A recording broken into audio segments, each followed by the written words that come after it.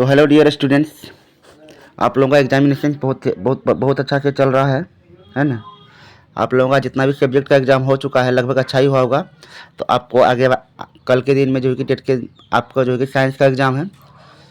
तो यहाँ पे हम जो कि साइंस के प्रीवियस ईयर बिहार बोर्ड में जो पूछे गए क्वेश्चन हैं उनका जो कि यहाँ पे सोल्यूशन करने वाले हैं, विद डिटेल सोल्यूशन करेंगे, है ना।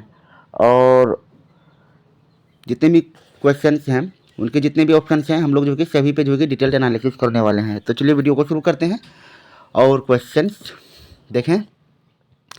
यहाँ पे आपको जो कि इंस्ट्रक्शन सारे दिए गए हैं जो एग्जामिनेशन में आते हैं। तो एग्ज़ाम तो दे ही चुके हैं तो पता ही होगा सारा इंस्ट्रक्शंस कैसे क्या करना होता है ना। चलिए हम लोग अब डायरेक्ट क्वेश्चन पे चलते हैं। क्वेश्चन यहाँ पे पहला क्वेश्चन है, जब किसी प्रश्नली में दानेदार जिंक के टुकड़ों में 2 ml सोडियम हाइड्रोक्साइड विलयन मिलाकर उसे गर्म किया जाता है तो होने वाली रासायनिक अभिक्रिया को संतुलित रासायनिक समीकरण के रूप में इस प्रकार लिखा जा सकता है ना। तो यहाँ पे देखिए आपको मतलब पहले कहा क्या गया है कि प्रश्न दानेदार जिंक मतलब कि आपका जो है कि पहले जिंक होगा, है ना। और आपका जो रिएक्शन होने वाला है किससे होने वाला है, सोडियम हाइड्रोक्साइड से इसका जो है कि रिएक्शन यहाँ पे होने वाला है। तो रिएक्शन जब होगा तो उसके लिए आपको जो कि संतुलित रासायनिक समीकरण लिखना है। तो यहाँ पे आपका जो प्रोडक्ट बन रहा है ना। तो देखिए सबसे पहला बात आपको पता होना चाहिए, जब भी सोडियम हाइड्रोक्साइड से क्या होगा, किसी भी मेटल का मतलब ये सोडियम हाइड्रोक्साइड एक तरह का बेस है, इससे जब किसी मेटल का जब रिएक्शन कराते हैं तो कौन सा गैस प्रोड्यूस होता है आपको सबसे पहले ये पता होना चाहिए, है ना। तो आपका यहाँ पे जो है हाइड्रोजन गैस जो है कि प्रोड्यूस होने वाला रहेगा, है ना। तो हाइड्रोजन गैस यहाँ पे जो है आपका प्रोड्यूस होगा और उसके बाद आपका जो यहाँ पे बनने वाला है Na2ZnO2, है ना। ये आपका जो है कि यहाँ पे प्रेसिपिटेट प्लस H2 मतलब जो कि गैस यहाँ पे जो कि ये रिलीज होने वाला रहेगा, है ना। अब इसको बैलेंस करना है। तो बैलेंस यहाँ पे आप देख पा रहे हैं जैसे कि यहाँ पे सोडियम जैसे यहाँ पे 2 मॉलिक्यूल्स है तो यहाँ पे हमें भी सोडियम को 2 मॉलिक्यूल्स में कर देना है। उसके बाद आपका जो है कि सारा इक्वेशन जो है कि ऐसे ही बैलेंस हो चुका है। तो ये आपका ऑप्शन यहाँ पे आंसर बी जो है कि आपका यहाँ पे करेक्ट हो जाएगा इस क्वेश्चन का आंसर। चलिए अब नेक्स्ट क्वेश्चन देखते हैं। निम्नलिखित में से एक वियोजन अभिक्रिया चुनिए जिसमें वियोजन के लिए ऊर्जा का स्रोत प्रकाश हो, है ना। ऊर्जा का स्रोत प्रकाश हो कहने का मतलब अब देखिए सबसे पहले तो ये जानिए जिस अभिक्रिया में हमें ऊर्जा बाहर से देना होता है उसको हम लोग बोलते हैं एंडोथर्मिक रिएक्शन या फिर ऊष्माशोषी अभिक्रिया। तो इसमें ऐसा कौन सा रिएक्शन है जिसमें आपको बाहर से जो है कि लाइट देना पड़े, है ना। तो यहाँ पे आप देख पा रहे हैं जैसे H2O है ना, हाइड्रोजन ऑक्साइड। इससे जब हम लोग सूर्य के प्रकाश में जब हम लोग छोड़ते हैं तब ये क्या हो जाता है, वेपराइज होता है। वेपराइज होने से क्या होता है, ये H2 और प्लस O2 में जो कि ये टूट जाता है। इसको यदि बैलेंस करें तो यहाँ पे जो कि आपका क्या हो जाएगा, सॉरी ये नहीं होगा आपका, ये नहीं होगा, ये तो इसमें ये होगा सिल्वर ब्रोमाइड, है ना। सिल्वर ब्रोमाइड को जब हम लाइट की उपस्थिति में रखते हैं तब जाके जो है कि हमें क्या मिलता है, सिल्वर मिलता है और प्लस ब्रोमीन मिलता है ना, ये मिलता है ब्रोमीन मिलता है ना। तो आपका यहाँ पे ऑप्शन जो कि सी यहाँ पे करेक्ट हो जाएगा। इसको बैलेंस भी हम लोग ऐसे कर सकते हैं, बैलेंस भी करना आना चाहिए, इससे भी एक क्वेश्चन बन ही जाता है। चलिए अब नेक्स्ट क्वेश्चन देखते हैं। अब यहाँ पे भी जो क्वेश्चन हमने किए हिंदी में वही अंग्रेजी में भी दिया गया है। चलिए हमें हिंदी में ही करना है सारे क्वेश्चन को।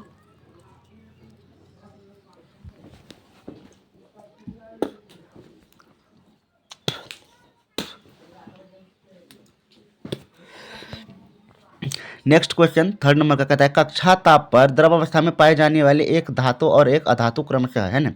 तो रूम टेम्परेचर पर मेटल का यदि बात करें क्या होता है और नॉन मेटल का यदि बात करें ये क्या होता है। तो मेटल होता है आपका पारा Hg या मरकरी जिसे बोलते हैं। उसके बाद आपका नॉन मेटल होता है ब्रोमीन, है ना। ये जो कि नॉन मेटल कमरे के ताप पर द्रव में अवस्था में रहता है और पारा जो है कि मेटल आपका कमरे के ताप पर द्रव अवस्था में रहता है। तो पारा और ब्रोमीन, मरकरी और ब्रोमीन आपका राइट आंसर हो जाएगा। तो मरकरी, है ना। यहाँ पे ऑप्शन में अच्छा पहले देखिए यहाँ पे पूछा है पहले धातु और अधातु, क्रम देख लीजिएगा, पहले धातु आना चाहिए। तो पहले धातु आएगा मरकरी, फिर उसके बाद ब्रोमीन। आपका ऑप्शन यहाँ पे सी करेक्ट हो जाएगा। अब जैसे देखिए पहला ऑप्शन में ब्रोमीन और मरकरीन भी दिया गया, बट यहाँ पे इसका क्रम पूछा गया है, पहले धातु फिर अधातु। इस तरह से आपका ए नहीं हो पाएगा आंसर, है ना। आपका सी जो यहाँ पे करेक्ट रहेगा। तो इस क्रम का भी ध्यान रखना है, नहीं तो आता हुआ क्वेश्चन भी एग्जाम में गलत हो जाता है। चलिए फिर नेक्स्ट क्वेश्चन देखते हैं। 4th नंबर क्वेश्चन ये पूछ रहा है कार्बन के यौगिक यौगिकों, कार्बन के यौगिक के बारे में, है ना, कंपाउंड, कार्बन कंपाउंड के बारे में पूछ रहा है। तो ये विद्युत के सुचालक होते हैं, विद्युत के कुचालक होते हैं, कि अणुओं के बीच प्रबल आकर्षण बल होता है, कि अणुओं के बीच दुर्बल आकर्षण बल होता है। तो इसका आंसर अभी देख लें, तो ये जो है कि इसके अणुओं के बीच प्रबल आकर्षण बल होता है ना, कार्बन के बीच, कार्बन परमाणुओं के बीच। तो कार्बन हाइड्रोकार्बन का यदि बात करें तो हमारा जो ग्रुप होता है एक होता है आपका सेचुरेटेड, एक होता है नॉन सेचुरेटेड, मतलब कि संतृप्त और संतृप्त। संतृप्त बारे में आपका जो संतृप्त में आपका जो कि एल्केन आ जाता है। एल्केन का फॉर्मूला होता है CnH2n+2। उसके बाद आपका नॉन सेचुरेटेड मतलब कि, और संतृप्त में आपका आ जाता है एल्कीन और एल्काइन। एल्कीन ये हो गया आपका एल्केन का, फिर उसके बाद आपका एल्कीन होता है, फिर होता है आपका एल्काइन, है ना। तो एल्कीन का हो जाता है क्या CnH2n, CnH2n हो जाता है आपका एल्कीन का, फिर एल्काइन का क्या होता है CnH2n-2। आपका ये तीनों फॉर्मूला जो कि आपको पता होना चाहिए। फिर जो है कि एल्केन से ही हम लोग क्या करते हैं, एल्किल को बनाते हैं। जितने भी मतलब कार्बन कंपाउंड हम लोग जो अभी पढ़े हैं 10th में, जितने आया है सिलेबस में, वो जो कि मतलब मैक्सिमम जो कि एल्किल से रहता है। एल्किल का क्या होता है CnH2n+1 होता है ना। एल्केन में से 1 हाइड्रोजन एटम हटाने के बाद जो आपका कंपाउंड बनता है वही एल्किल कहलाता है ना। अच्छा, उसके बाद अब देखें यहाँ पे तो आपका 4th नंबर में यहाँ पे आपको इनमें से सही कथन चुनिए, है ना। तो क्या मतलब 4th नंबर का ऑप्शन जैसे आपका क्या कहते हैं हम 4 वाला तो सही है, उसके बाद जो है कि आपका और दूसरा स्टेटमेंट विद्युत के कुचालक भी होते हैं, ये भी आपका यहाँ पे राइट हो जाएगा। यानी ऑप्शन नंबर आपका सी यहाँ पे करेक्ट रहने वाला है 4th नंबर का। चलिए फिर नेक्स्ट क्वेश्चन देते हैं हम। नीचे दिए गए यौगिकों पर विचार कीजिए। जैसे कि आपके पास फेरस सल्फेट है, कॉपर सल्फेट है, कैल्शियम सल्फेट और सोडियम कार्बोनेट है।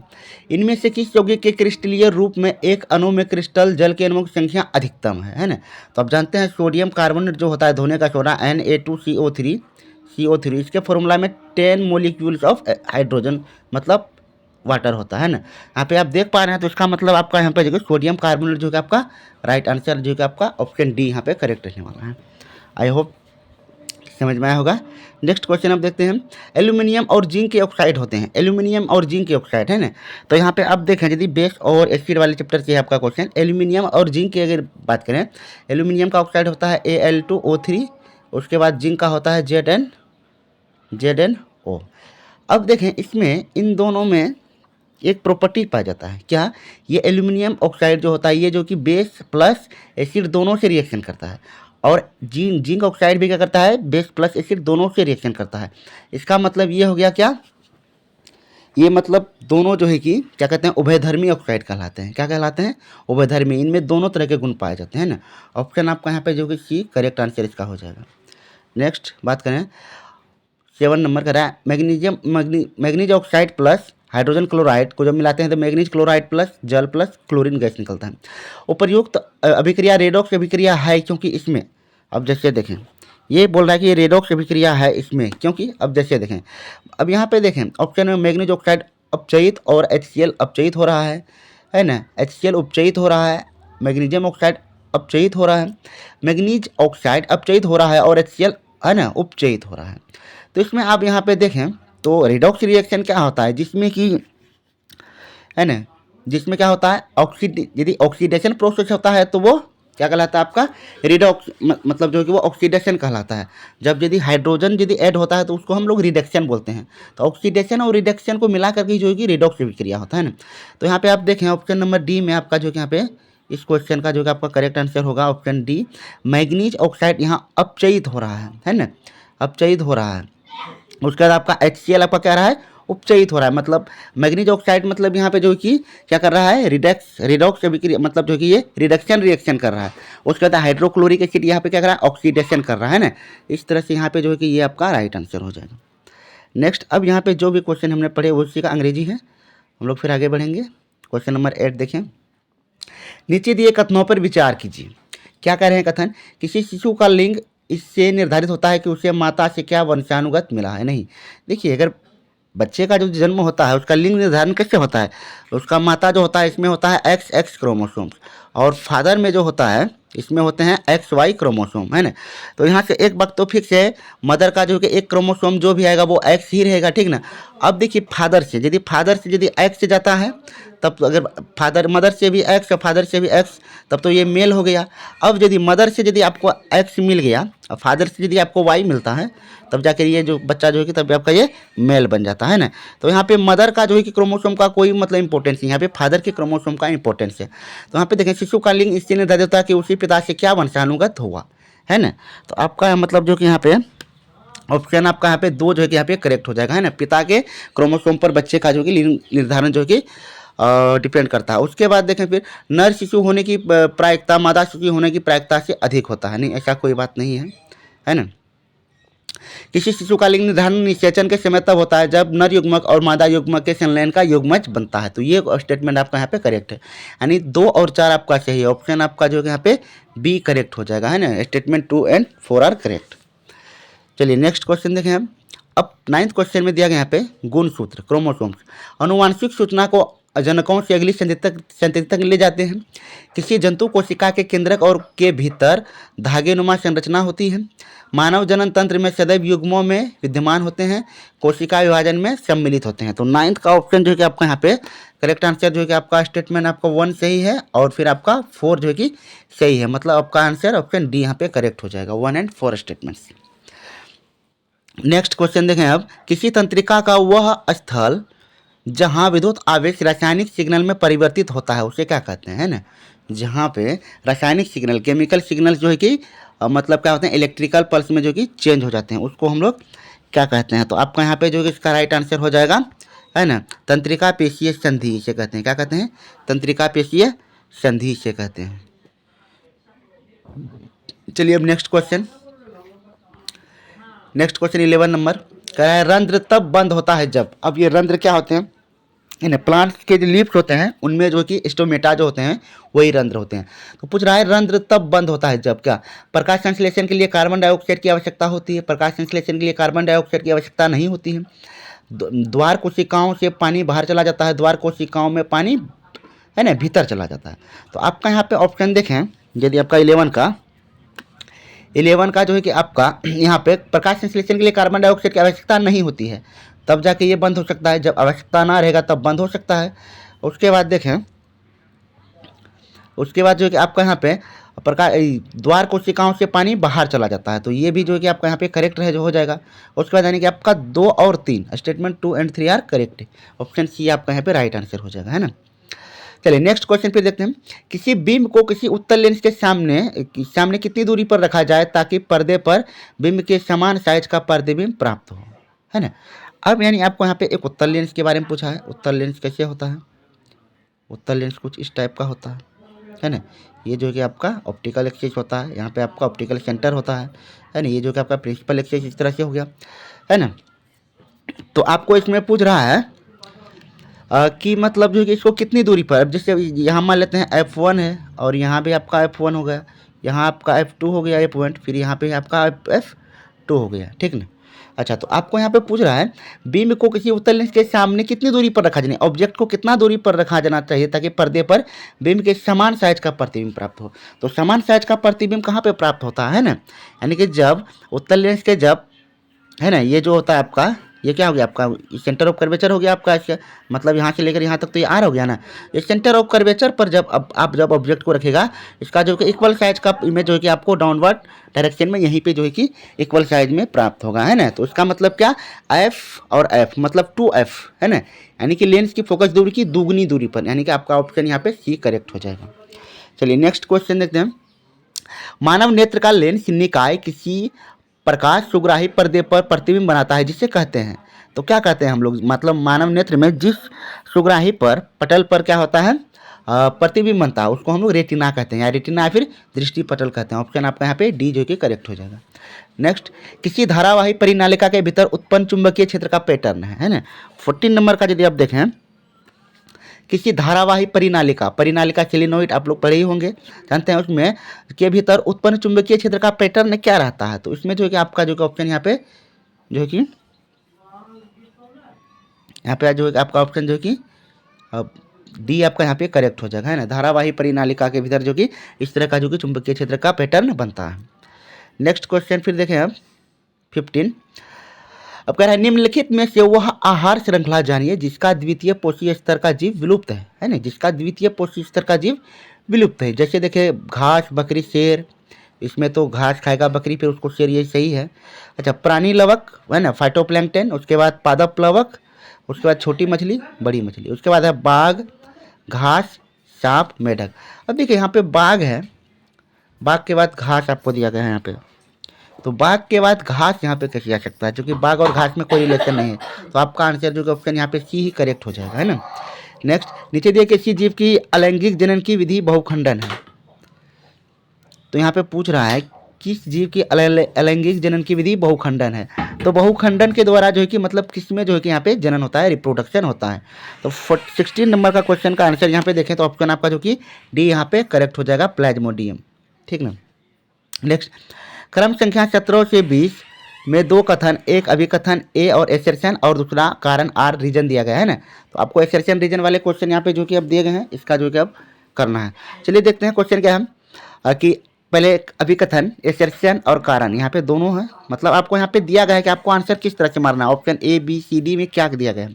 कथन, जब किसी नाइट्रिक अम्ल से जब जिंक नाइट्रिक अम्ल से अभिक्रिया करता है तो हाइड्रोजन गैस नहीं निकलता है ना। उसके बाद कहा गया है कारण, नाइट्रिक अम्ल अभिक्रिया में उत्पन्न हाइड्रोजन गैस को अपचयित करके पानी बनाता है और उसमें अपचयित हो जाता है ना।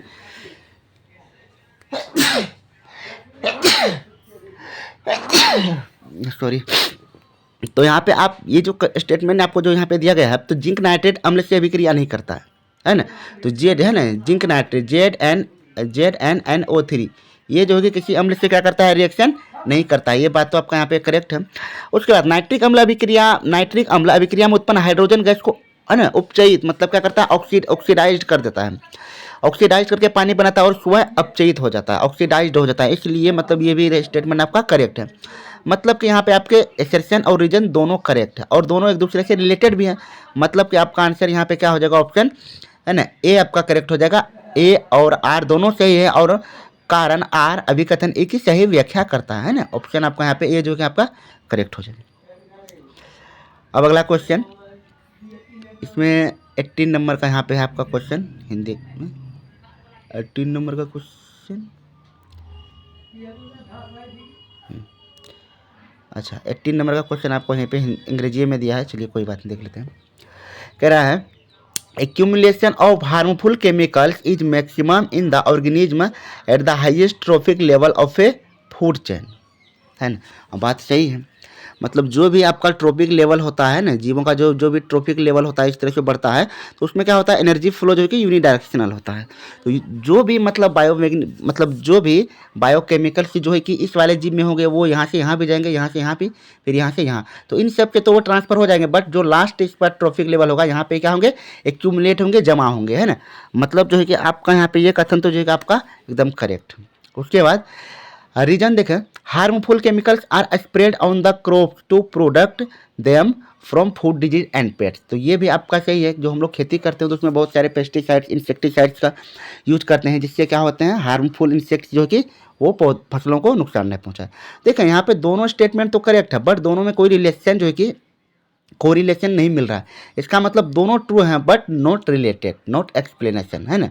तो हम लोग यहाँ पे क्या इसका आंसर मार सकते हैं कि both statements A and R true but reason R is not the correct explanation of assertion A. आपका यहाँ पे बी जो है कि ऑप्शन यहाँ पे करेक्ट हो जाएगा इस क्वेश्चन में, राइट। नेक्स्ट क्वेश्चन आप देखें 19। इसमें पूछ रहा है स्थलीय जीवों की तुलना में जलीय जीवों की श्वसन दर अधिक तीव्र होती है। 19 का बात करें, स्थलीय जीवों की तुलना में है ना जलीय जीवों की श्वसन दर अधिक तीव्र होती है। चलिए, तो ये आपका यहाँ पे क्या कह रहा है, तो यहाँ पे ये बात तो आपका सही है है ना। स्थलीय जीवों की तुलना में जलीय जीव जो होते हैं उसको अधिक एनर्जी चाहिए, तो उसका श्वसन दर भी अधिक होगा। अच्छा, वायु में ऑक्सीजन की मात्रा की तुलना में पानी में घुली ऑक्सीजन की मात्रा बहुत अधिक होती है। नहीं, ऐसा कुछ नहीं होता है ना। हमारे एटमॉस्फेयर में जो कि ज़्यादा ऑक्सीजन कंटेंट है, बट जो है कि वाटर में जो कि वो कम होता है। मतलब आपका ए यहाँ ट्रू है और आर आपका फॉल्स है। ए ट्रू आर फॉल्स, तो इसका ऑप्शन देख लेते हैं क्या होने वाला है। ए ट्रू होगा, आर फॉल्स। ऑप्शन सी आपका करेक्ट हो जाएगा, A true R false. Next question देखें 20 नंबर। इंद्रधनुष आकाश में सूर्य के प्रकाश का प्राकृतिक स्पेक्ट्रम होता है। इंद्रधनुष तभी बनता है जब आकाश में सूर्य सिर के ऊपर होता है तथा वायु में जल की बूंदें, सूक्ष्म बूंदें भी उपस्थित होती हैं। 20 में देखें आपका आपका स्टेटमेंट ये तो आपका सही है, बट आपका यहाँ पे जो रीजन दिया गया है कि आपका यहाँ पे जो रीजन दिया गया है, इंद्रधनुष तभी बनता है जब आकाश में सूर्य सिर के ऊपर नहीं होता है।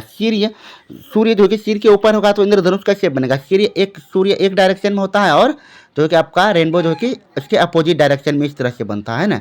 इस तरह से इस पर लाइट आके पड़ता है, तो इसका मतलब आपका ऑप्शन यहाँ पे रीजन आपका गलत है और एक्सेप्शन सही है। इसका मतलब आपका यहाँ का इस क्वेश्चन का भी आंसर आपका ऑप्शन सी ही करेक्ट होने वाला है ना। तो इस तरह से जो कि हमने सेट के 20 मोस्ट ऑब्जेक्टिव क्वेश्चन किए हैं जो कि रिपीटेड थे, पिछले ईयर्स के पूछे हुए हैं ना। तो आई होप आप लोगों को देखने के बाद इसमें काफ़ी हेल्पफुल मिलेगा। और भी कोई डाउट होगा तो प्लीज़ कमेंट कीजिएगा। उसके बाद जो है कि मैं इस सेट के सारे क्वेश्चंस भी जो है कि आपको प्रोवाइड करवाने वाला हूँ नेक्स्ट सेशन में। तब तक बेस्ट ऑफ लक।